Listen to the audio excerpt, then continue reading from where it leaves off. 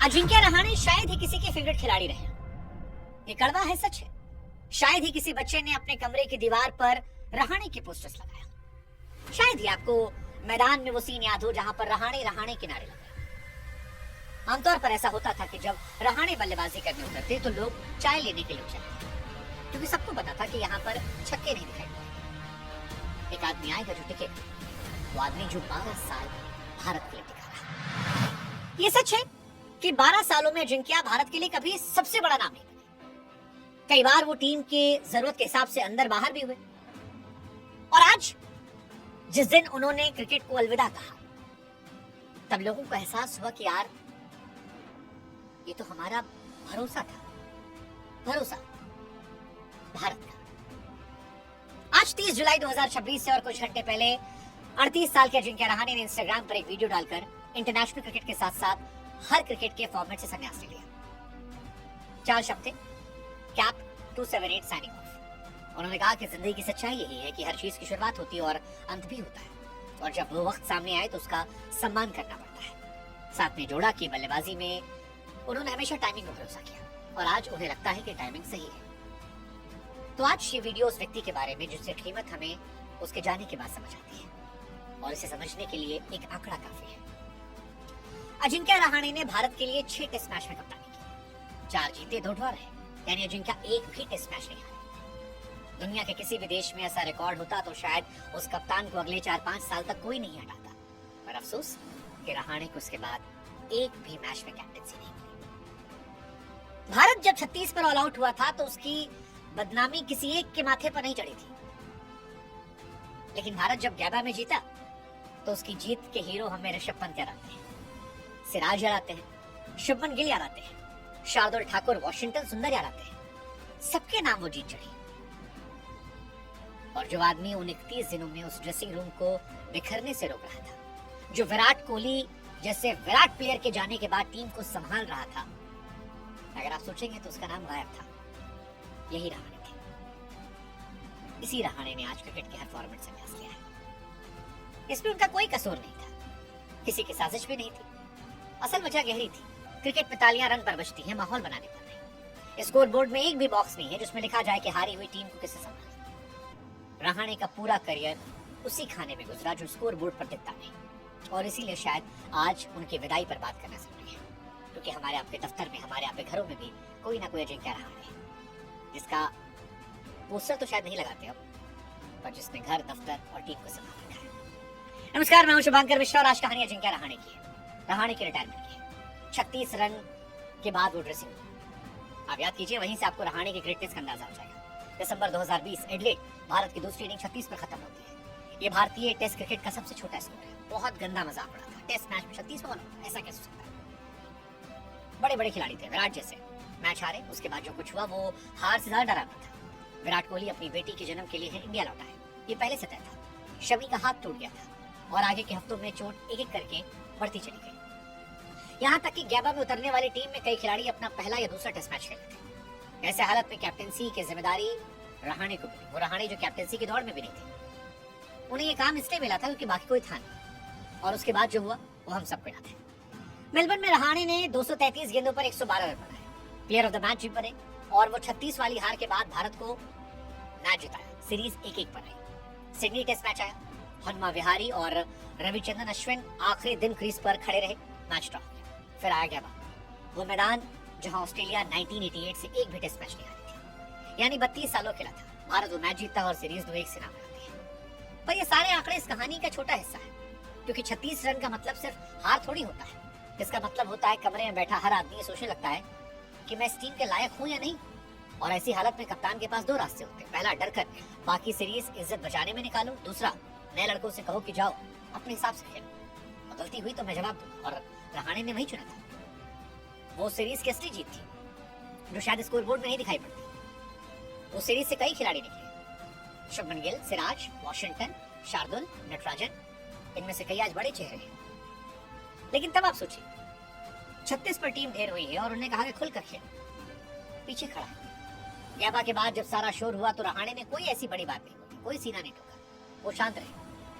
और भारतीय क्रिकेट में शांत रहने की कीमत क्या होती है, ये आप समझिए। रहाणे वो कप्तान थे जो कप्तान बनने वाले नहीं थे। एक टीम जो टीम बची नहीं थी और एक जीत जो होनी नहीं चाहिए थी। और यहीं से वो सवाल उठता है कि क्या रहाणे के साथ गलत हुआ? क्योंकि कोहली कैप्टन थे, 36 पर ऑल आउट होने के बाद वो घर गए बेटी के जन्म पर, बाद में लौटे फिर कैप्टन बने। उसके बाद रोहित शर्मा आ गए, फिर शुभमन गिल आ गए। रहाणे 33 के हो गए थे। रहाणे का बल्ला भी बंद हुआ था। एक सच ये भी है कि 2 4 5 6 मैच का रिकॉर्ड कोई रिकॉर्ड नहीं होता। सवाल लेकिन ये है कि रहाणे की जगह क्यों नहीं बनी? मेलबर्न के उस 112 रन बनाने के बाद रहाणे टेस्ट क्रिकेट में चल नहीं पाए, 2022 से बाहर हुए। हालांकि 2023 में वर्ल्ड टेस्ट चैंपियनशिप के फाइनल के लिए बुलाया गया था और ओवल में 89 रन बनाए। भारत 71 पर 4 था।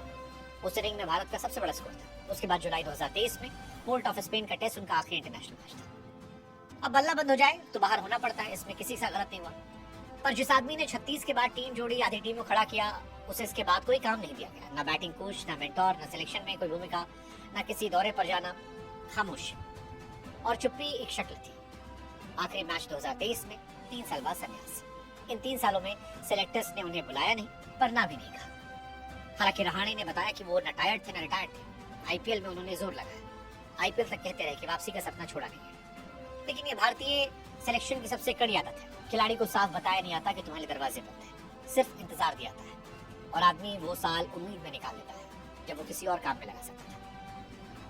कई खिलाड़ियों से रहा। हालांकि रहाणे और बाकी खिलाड़ियों में एक अंतर था। रहाणे चिल्लाते नहीं थे, आंख नहीं दिखाते थे। जिस दौर में गुस्सा एक ब्रांड बन गया था, रहाणे शांत थे। और हमारी नजर में शांत रहना अक्सर कमजोर माना जाता है। उन्हें कमजोर कहने वाले सारे तर्क एक ही हफ्ते में गाबा में धुल गए थे। लेकिन इसके बावजूद रहाणे पर वो टैग चिपका रहा।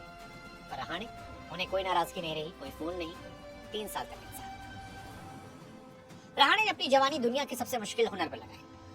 विदेश की हरी पिच पर तेज गेंदबाजों को खेलना। अपने कोच प्रवीण आमरे के साथ सालों तक बस यही एक चीज होगी। ये हुनर है जो धीरे धीरे बनता है और इसमें वो माहिर थे। आज दुनिया बदल गई, T20 आ गया, आईपीएल सबसे बड़ा बाजार है, पहली बॉल से छक्का मारता है। अभी बाजार है और बाजार किसी की मेहनत का हिसाब नहीं रखता। और शायद यही चीज उनके वनडे करियर खा गई। 90 वनडे मैचेस, 2962 रन, 3 शतक। फरवरी 2018 के बाद एक भी मैच नहीं। तब वो केवल 29 साल के थे। वजह ये नहीं थी कि वो खराब थे, वजह ये थी कि उन्हें हर जगह भेजा गया। कभी ओपनिंग, कभी 3 नंबर, कभी चौथे, कभी 5वें। जहाँ टीम में छेद होता वहाँ रहाणे खड़े होते, क्योंकि मना नहीं करते थे। और जो आदमी हर जगह भेजा जाता है, आखिर में वो कहीं का नहीं रहता। यही वजह है कि वो सालों तक इंडिया के वाइस कैप्टन रहे, पर कैप्टन नहीं बने। क्योंकि जो आदमी हर काम कर देता है, उसे अपना कोई काम नहीं मिलता। और ये बात हमारे आपके दफ्तर पर भी लागू होती है और आंकड़े से गवाही देते हैं। 85 टेस्ट मैच, 5077 रन, 38 का एवरेज। 38 का एवरेज पहली नजर में किसी बड़े बल्लेबाज का नहीं लगता और ये शिकायत जायज है। और साथ में ये भी देखिए, 85 में से 51 विदेश में खेले गए और सिर्फ 32 भारत में। और विदेश में उनका एवरेज घर से बेहतर था। 12 शतकों में 8 शतक भारत के बाहर थे, जो भारतीय क्रिकेट के हिसाब से उल्टी बात है, क्योंकि यहाँ आंकड़े घर में मोटे होते हैं, बाहर के। पहला विदेशी शतक 2014 में वेलिंगटन में आया, जब इंडिया 165 पर 5 थी। उसी साल लॉर्ड्स पे 103 बनाए, जब इंडिया 145 पर 7 था। 28 साल में जीता। आज उनका नाम लॉर्ड्स के ऑनर्स बोर्ड पर लिखा हुआ है। आईपीएल में भी 2008 से 2026 तक 212 मैच खेले, 6 अलग अलग टीमों में। और पहला खिताब 2023 में सीएसके के साथ, करियर के 16वें साल में। 2023-24 में मुंबई को 8 साल बाद 42वीं रणजी ट्रॉफी दिलाई, वो भी रोहित शर्मा, सूर्य कुमार यादव, सरफराज खान और जायसवाल के बगैर। हालांकि सच ये भी था कि उनका अपना बल्ला खामोश था और उन्होंने खुद भी कहा कि मैं टीम का सबसे कम रन बनाने वाला खिलाड़ी हूँ, पर मैं खुश हूँ। एक बल्लेबाज के तौर पर कहना आसान नहीं होता, लेकिन यही रहाणे थे। कुल मिलाकर आज के वीडियो में रहाणे ने एक बात कही जो सीधे उनके नाम पर चोट करती है। अजिंक्य का मतलब होता है वो जिसे कोई हरा ना सके। उन्होंने कहा नाम का मतलब अजय है, लेकिन क्रिकेट ने उन्हें कई बार कहा खिलाड़ी जितने ज्यादा हारते हैं, उनकी टीमें हारी हैं, गलतियां की हैं, और फिर जोड़ा की एक जगह है जहां वो कभी नहीं हारे, और वो जगह है लोगों का दिल। इसके बाद बस इतना कि कैप नंबर 278 साइनिंग ऑफ। आप रुक कर सोचिए, विदाई के वक्त कोई अपनी हार नहीं गिनवाता, सब लेगेसी बताते हैं, रिकॉर्ड गिनाते हैं, अपने पक्ष में कहानी छोड़कर जाते हैं। ये आदमी हार गिना कर गया, आगे का रास्ता ही बता गया। क्रिकेटर के तौर पर रास्ता बन गया, खेल के साथ रिश्ता बन गया है। वो अगली पीढ़ी को सर कर जाते हैं। इसलिए शायद उनका आखिरी मैच केकेआर के लास्ट ईयर था, यानी केकेआर को नया कप्तान ढूंढना है। और वो किस्सा जो इस कहानी की जगह है। रहाणे ने कुछ दिन पहले बताया कि जब वो 7 साल के थे, उनके पिता उन्हें प्रैक्टिस पर छोड़ने गए थे। इसके बाद दफ्तर से उन्हें छुट्टी लेनी थी और तनख्वाह कट गई थी। दूसरे दिन पिता ने कहा अब अकेले जाना होगा। सालों बाद रहाणे को पता चला कि वो अकेले कभी नहीं थे। उनके पिता ट्रेन के दूसरे डिब्बे में चुपचाप बैठे रहते, साल दर साल बिना बताए। अब पूरी कहानी देखिए। लॉर्ड्स पर 145 पर सात विकेट, ओवल में 71 पर 4, एडिलेड के 36 रन। हर बार हालत एक जैसी, भरा हुआ डिब्बा, अंदर घुसने की जगह नहीं। हर बार वो आदमी बिना शिकायत बिना शो, जिसने 7 साल की उम्र में सीखा था लाइफ गोज ऑन। खेलते वक्त भी, रिटायरमेंट के वक्त भी। That's Ajinkya Rahane for you. जाते आते आप बता दीजिए अजिंक्य की सबसे फेवरेट पारी आपकी कौन सी है? मेलबर्न का 112 या लॉर्ड्स का 103? I will still go with Melbourne 112। 36 को ऑल आउट होने के बाद अगले मैच में शतक लगाना, इंडिया को जो उम्मीद दिलाना, जीतेंगे। Thank you Ajinkya Rahane for your service.